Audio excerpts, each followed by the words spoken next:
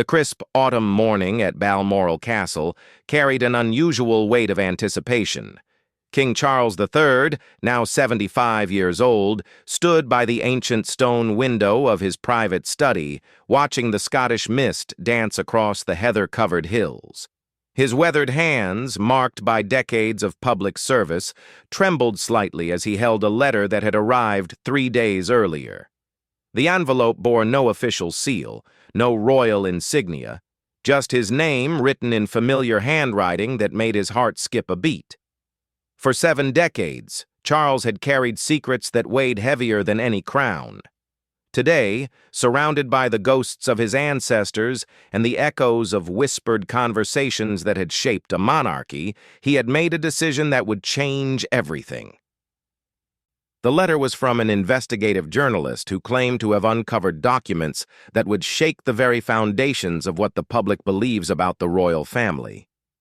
Charles had spent sleepless nights pacing these same corridors, remembering conversations with his mother, Queen Elizabeth II, during her final months.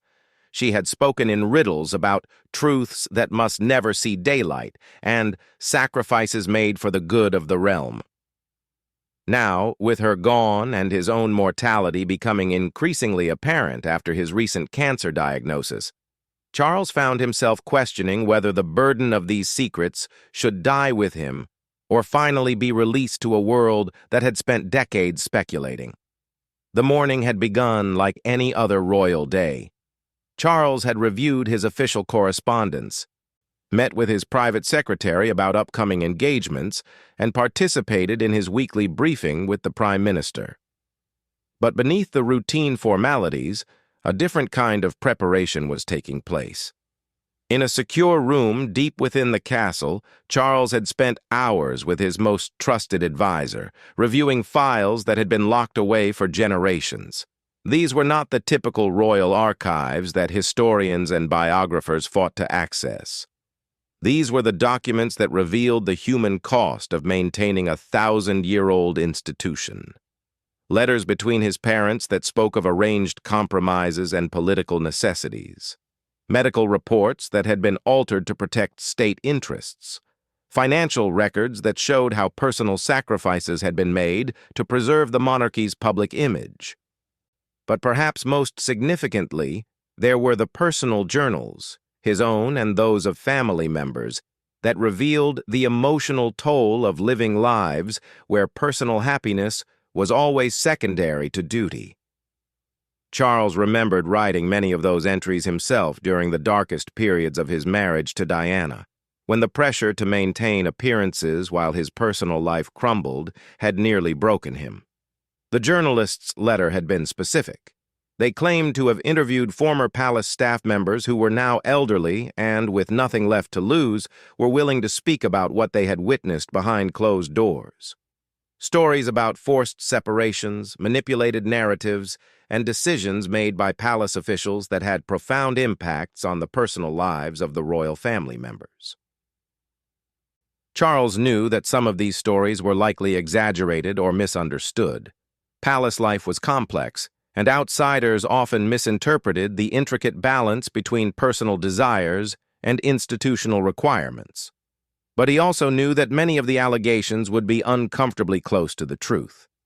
The question that haunted him was whether the public had a right to know these truths, even if it meant dismantling some of the mystery and reverence that had sustained the monarchy for centuries.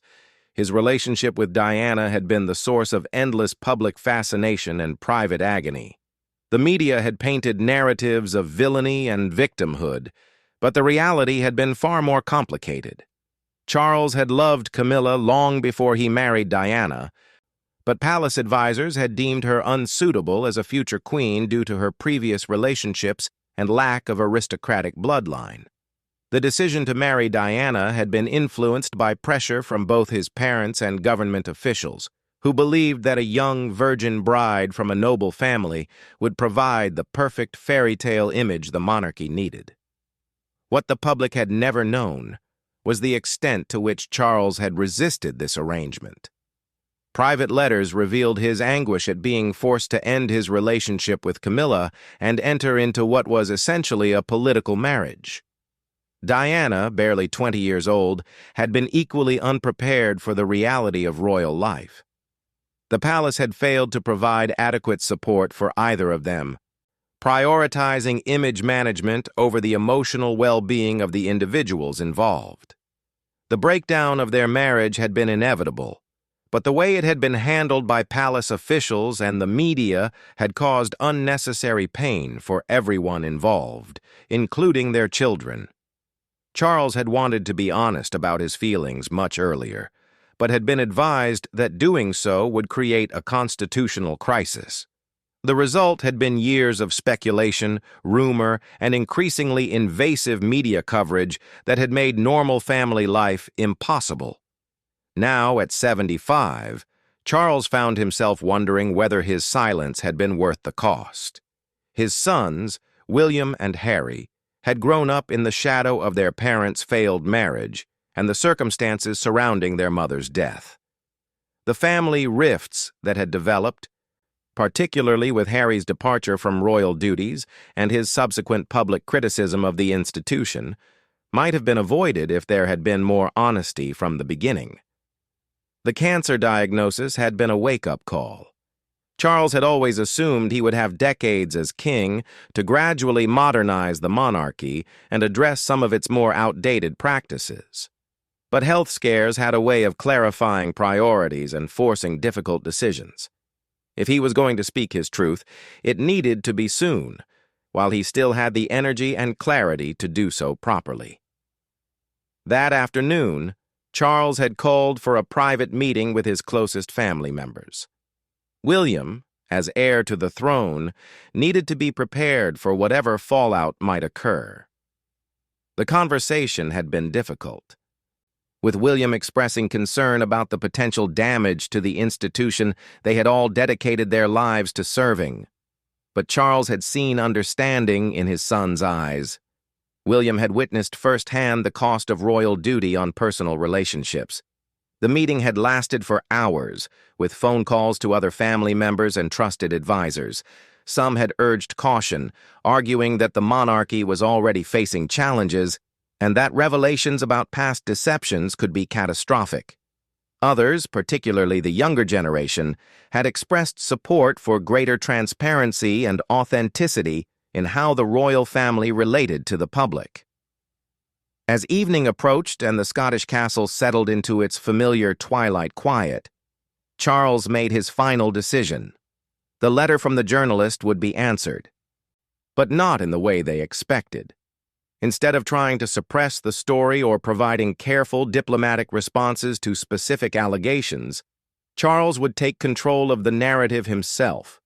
He would break his silence completely, sharing not just the facts that others had uncovered, but the human story behind the crown, the personal struggles, impossible choices, and emotional costs that had never been discussed publicly. The decision felt simultaneously terrifying and liberating. For 75 years, Charles had lived within the constraints of royal protocol and public expectation. Tomorrow, he would begin the process of showing the world who he really was beneath the titles and ceremonial roles. The consequences were impossible to predict, but the alternative, taking these secrets to his grave, had become unbearable. As he prepared for bed that night, Charles looked once more at the letter that had started this journey toward truth-telling. The journalist had written that they believed the public deserved to know the real story behind the royal family's public image. Charles had come to agree, but he was determined that if this story was going to be told, it would be told properly, with context and nuance that only someone who had lived it could provide. The next morning would mark the beginning of the most honest and vulnerable period of his long public life. At 75, King Charles was finally ready to break his silence and reveal what people had always suspected lay beneath the surface of royal perfection. The London morning was gray and drizzling when Charles arrived at Buckingham Palace, but inside the ornate walls, there was an electricity that palace staff hadn't felt in decades.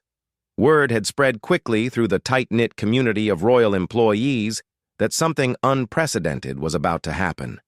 The king had requested that the Gold State coach be prepared, not for a ceremonial procession, but for what he cryptically referred to as a journey toward truth. Charles had spent the early hours of the morning in his private chapel, seeking guidance from a faith that had sustained him through the most challenging periods of his life. The weight of what he was about to reveal pressed heavily on his shoulders. These were not just personal confessions. They were admissions that would reshape how the world understood the British monarchy and the people who had served it. The first revelation came in a handwritten letter that Charles personally delivered to the editor of the Times. In careful, measured prose, he began to dismantle the carefully constructed narratives that had defined his public image for decades. He wrote about the loneliness of his childhood, raised by nannies while his parents traveled the Commonwealth, fulfilling duties that kept them away from home for months at a time. But more shocking was his admission about the extent to which his personal relationships had been managed by palace officials. Charles revealed that his romance with Camilla Parker Bowles had been deliberately sabotaged by courtiers who believed she was unsuitable as a potential princess. They had arranged for Charles to be sent on an extended naval tour, during which Camilla was encouraged to marry Andrew Parker Bowles. When Charles returned, he was devastated to find the woman he loved married to another man. The letter detailed how palace advisors had then orchestrated his introduction to Diana Spencer. They had seen her as the perfect candidate for a royal bride: young, aristocratic, photogenic, and most importantly, virginal. Charles wrote with painful honesty about being pressured into a relationship he wasn't emotionally prepared for, with a woman who deserved better than to be part of an arranged marriage disguised as a fairy tale romance. Even more controversial was Charles's admission that he had tried to call off the wedding to Diana just days before the ceremony. He had realized that marrying someone he didn't love, while still harboring deep feelings for another woman, would be a betrayal of everyone involved. But palace officials and government ministers had convinced him that backing out would create a constitutional crisis and damage Britain's international reputation. The wedding preparations had cost millions. International dignitaries had already arrived, and the public was invested in the romantic narrative that had been carefully constructed by the palace's public relations machine. Charles described the wedding day itself as one of the most difficult of his life. Standing at the altar in Westminster Abbey, watched by 750 million people worldwide, he felt like an actor playing a role rather than a bridegroom marrying the woman he loved. Diana, he wrote, had sensed his emotional distance even then, and their honeymoon had been marked by the awkward realization that they were essentially strangers who had been thrust together by circumstances beyond their control. The public revelations continued over the following days, each more shocking than the last. Charles spoke about the pressure he had faced to produce an heir quickly, and how this biological imperative had overshadowed any attempt to build a genuine emotional connection with Diana. Palace officials had monitored Diana's menstrual cycle and provided detailed reports about the couple's intimate life to ensure the succession was secured as efficiently as possible. Perhaps most damaging was Charles's admission that the palace had actively worked to suppress Diana's growing independence and public popularity. As Diana became more confident in her royal role and began to develop her own relationship with the media, palace courtiers became concerned that she was overshadowing Charles and threatening the traditional power structure. They had implemented strategies to limit her public engagements and control her interactions with the press. Charles revealed that he had objected to many of these restrictions, arguing that Diana's natural charisma and genuine compassion were assets that could strengthen the monarchy. But he had been overruled by senior advisors who believed that allowing Diana too much freedom would set dangerous precedents and upset the careful balance of royal protocol that had been maintained for centuries. The breakdown of his marriage to Diana, Charles admitted, had been accelerated by palace interference. Rather than providing counseling or support to help the couple work through their difficulties, courtiers had seemed to encourage the separation, believing that a quiet divorce would be less damaging than ongoing public speculation about marital problems. Charles wrote about feeling trapped between his duty to the crown and his responsibility to his wife and children. But the most explosive revelation concerned the circumstances surrounding Diana's death. Charles disclosed that in the months before the Paris car crash, Diana had become increasingly paranoid about palace surveillance and had confided to him that she believed her life might be in danger. She had given Charles a letter, which he still possessed, outlining her concerns about certain members of the royal household who she believed wanted her silenced permanently. Charles was careful to state that he had no evidence of any palace involvement in Diana's death, and that he believed the official investigation's conclusion that it was a tragic accident. But he admitted that Diana's fears had not been entirely unfounded. Palace officials had indeed been monitoring her activities and relationships more closely than the public had ever known. The level of surveillance had been justified as necessary security measures, but Charles acknowledged that it had contributed to Diana's sense of being trapped and watched. The king's revelations extended beyond his marriage to Diana. He spoke candidly about his relationship with his parents, describing Queen Elizabeth II as a woman who had sacrificed her personal happiness and maternal instincts for the greater good of the monarchy. Charles revealed private conversations with his mother in which she had expressed regret about the emotional distance she had maintained with her children, explaining that palace protocol had discouraged displays of affection that might be seen as weakness. Even more shocking were Charles's admissions about his father, Prince Philip. While the public had seen Philip as a devoted consort who had given up his naval career to support his wife's reign, Charles revealed that Philip had struggled with resentment and frustration for decades. Private family letters showed Philip's anger at being relegated to a ceremonial role and his bitter complaints about the restrictions placed on his personal interests and friendships.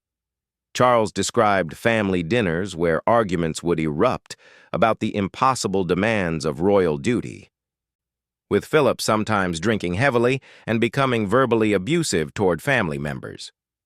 These incidents had been carefully hidden from the public, with palace staff sworn to secrecy and medical professionals occasionally called in to treat injuries that were officially attributed to sporting accidents or falls. The revelations about his children were perhaps the most painful for Charles to share.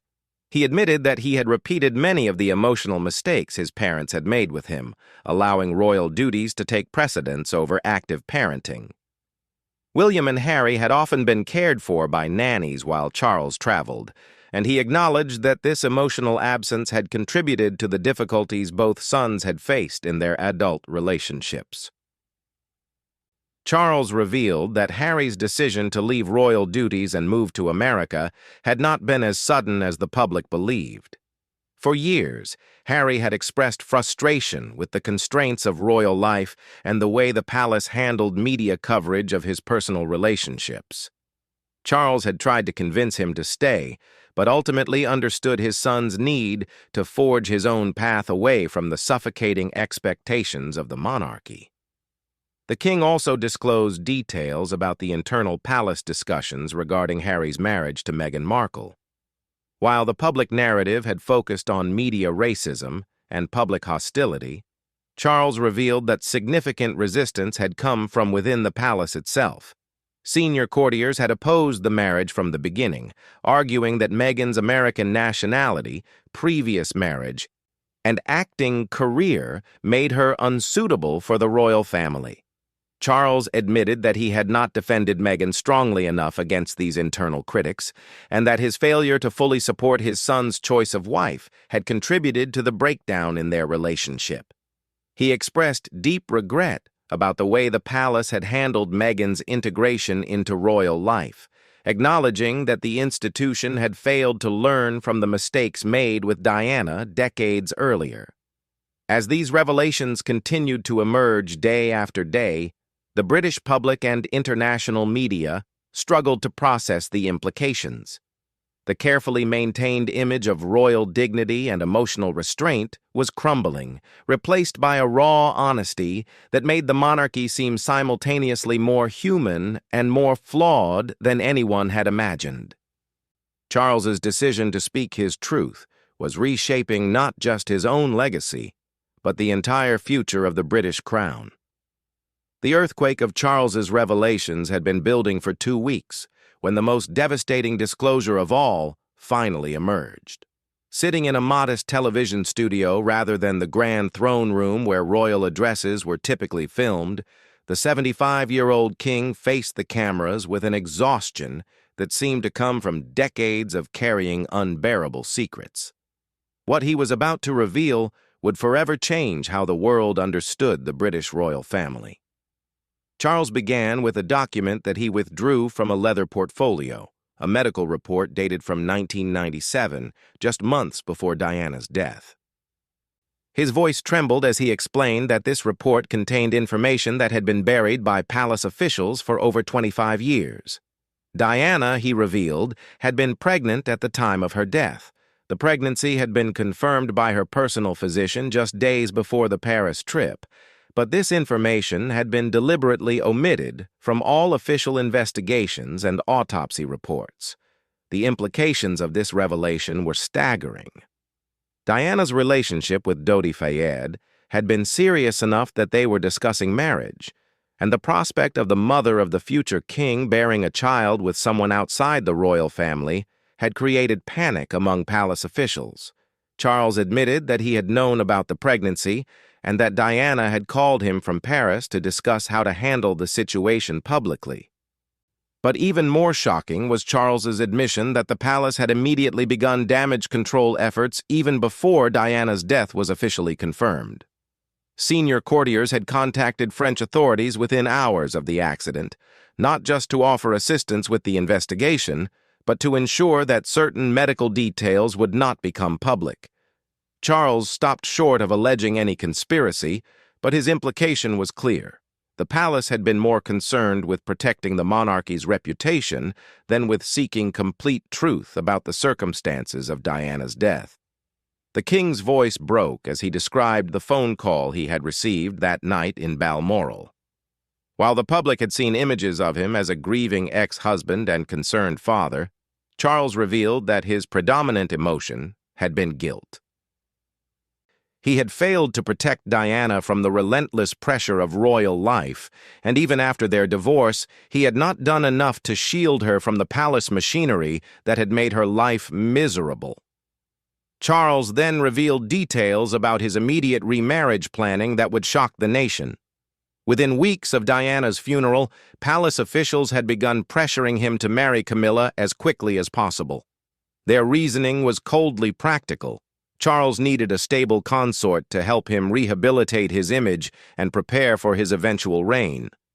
The long delay before their actual marriage in 2005 had not been due to respect for Diana's memory, as the public had been told, but because of complex negotiations about Camilla's future title and role.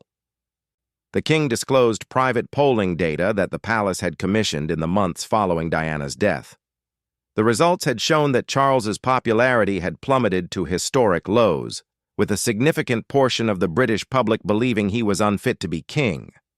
Palace advisors had developed a detailed rehabilitation strategy that included carefully choreographed public appearances, strategic charitable work, and a gradual reintroduction of Camilla to public life. Charles admitted that this calculated approach to rebuilding his reputation had felt deeply dishonest. Rather than addressing the legitimate criticisms of how he had handled his marriage and Diana's integration into royal life, the palace had focused on image management and media manipulation. The real work of examining what had gone wrong and implementing meaningful reforms had been considered too risky for public consumption. Even more controversial were Charles's revelations about the financial arrangements surrounding Diana's death. He disclosed that the palace had quietly paid substantial sums to several individuals who had been present in Paris that night, officially described as compensation for emotional trauma, but effectively functioning as payments for silence. French paparazzi who had been pursuing Diana's car had received settlement payments that included non-disclosure agreements preventing them from discussing details about the chase that led to the crash. Charles revealed that he had objected to these payments, arguing that they created the appearance of a cover-up even if no actual wrongdoing had occurred. But he had been overruled by legal advisors who argued that controlling the narrative was essential for protecting the monarchy's stability. The king now admitted that these decisions had been morally wrong, prioritizing institutional protection over truth and justice. The revelations extended to more recent events that had shaped public perception of the royal family. Charles disclosed that the palace's handling of his son Harry's departure from royal duties had been deliberately punitive, designed to discourage other family members from seeking similar independence. Financial support that Harry had expected to continue had been cut off more abruptly than publicly acknowledged, and palace officials had briefed against Harry and Meghan to friendly journalists as a way of controlling the narrative about their departure. Charles admitted that he had been complicit in this strategy, believing at the time that a firm response was necessary to maintain discipline within the royal family.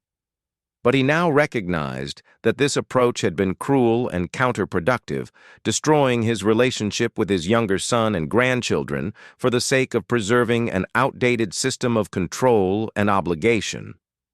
Perhaps most personally painful was Charles's revelation about his own health struggles. The cancer diagnosis that had been announced to the public was not his first battle with the disease. He had been privately treated for cancer twice before, with the palace successfully concealing these earlier illnesses to avoid creating uncertainty about the succession.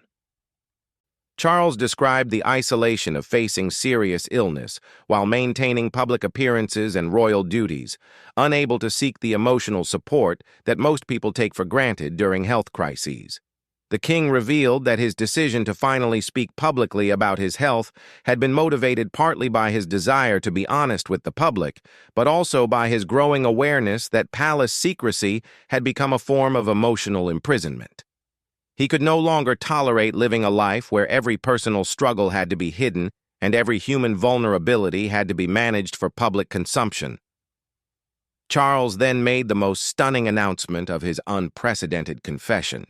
Effective immediately, he was implementing radical reforms to how the monarchy operated. All royal correspondence and official documents would be subject to much greater public scrutiny, with historical archives opened to independent researchers. Palace financial accounts would be published in detail, showing exactly how public money was spent on royal activities. Most significantly, future generations of the royal family would have the right to step away from official duties without financial penalty or public vilification. The king announced that he was establishing an independent commission to investigate past instances where the palace may have acted against the public interest or individual welfare in order to protect the monarchy's image. This commission would have full access to royal archives and the authority to publish findings that might be embarrassing or damaging to the royal family's reputation. Charles concluded his extraordinary series of revelations with a personal apology that was both heartbreaking and unprecedented. He apologized to Diana's memory for failing to protect her from institutional pressures that had contributed to her unhappiness and ultimate death. He apologized to his sons for prioritizing royal duty over emotional availability during their childhood. He apologized to the British public for decades of deception and image management that had prevented them from knowing the truth about their royal family. Most moving of all was his apology to his wife Camilla, who had endured decades of public hostility, partly because the palace had never been honest about the circumstances that had kept her and Charles apart in their youth.